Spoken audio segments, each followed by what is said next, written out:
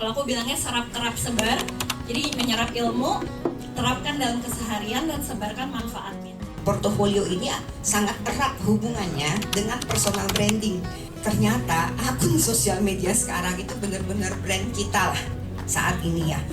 Ini 3 poin yang saya rasa paling penting dan paling prioritas, yang paling berpengaruh ya, hasil didikan ayah kepada anaknya.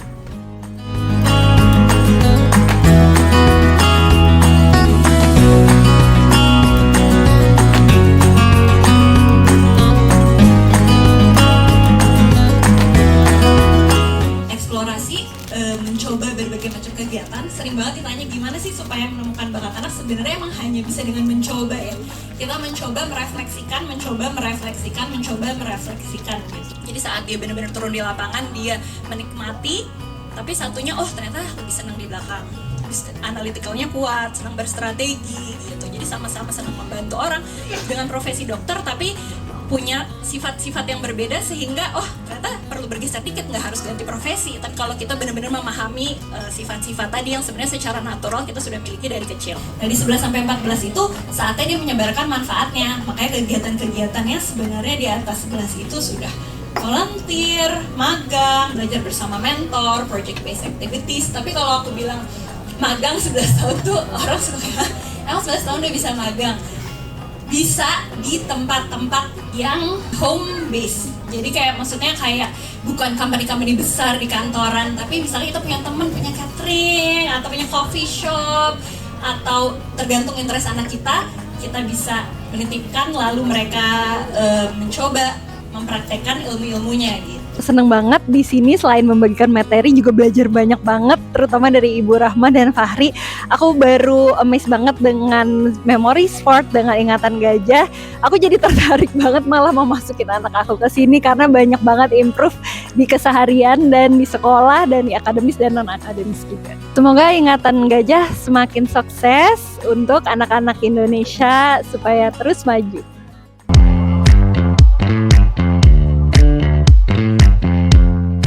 Ayah maupun ibu itu punya efek yang berbeda, yang saling melengkapi untuk tumbuh kembang anak ya. Ibu dengan kelembutannya, dengan kasih sayangnya dan segala macamnya, ayah dengan ketegasannya gitu ya, dengan keseriusannya dan seterusnya.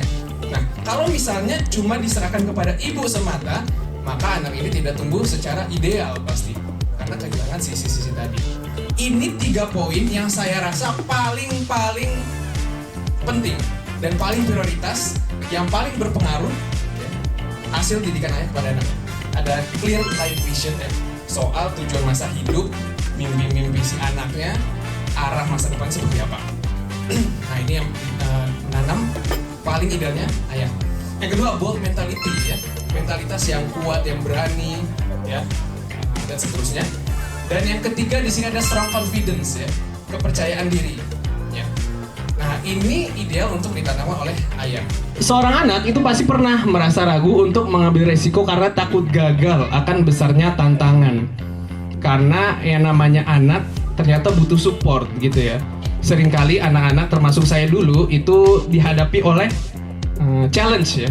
Nah, maka di sini peran ayah itu harus mengajarkan ketangguhan dengan menceritakan pengalamannya dalam menghadapi rintangan, memberikan strategi untuk menyelesaikan masalah tersebut, dan membimbing anak untuk tetap berusaha meski keadaan sulit. Menyenangkan dan sangat menarik berbicara soal parenting, karena memang persoalan parenting ini kita tidak bisa pungkiri sangat krusial. Ini menyangkut anak-anak kita, penerus kita, terutama di masyarakat secara luas. Jadi semoga sharing hari ini bisa bermanfaat, bisa dicatat dengan baik dan dipraktikkan dalam kehidupan.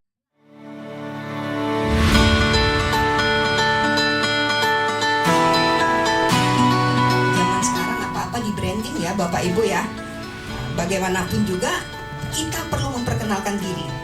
Orang perlu tahu siapa kita, dalam arti untuk memudahkan mereka ya dalam memilih profesi untuk kehidupan mereka. Kan tujuannya itu.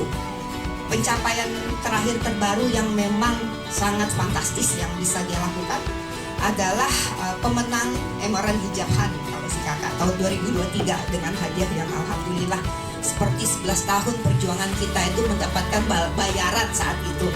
dia mendapatkan hadiah mobil dan mendapatkan hadiah gratis umroh.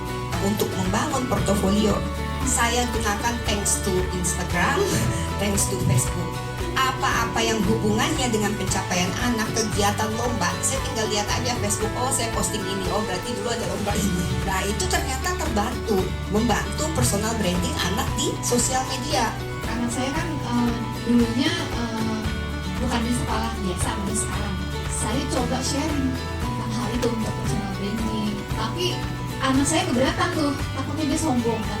Mungkin ada tips barangkali yang bisa sehingga dia paham gitu loh. Tapi saya ingatkan bahwa zaman sekarang berbagai pilihan dengan profesi yang sama, kita harus bisa membuat diri kita berbeda dan dipilih.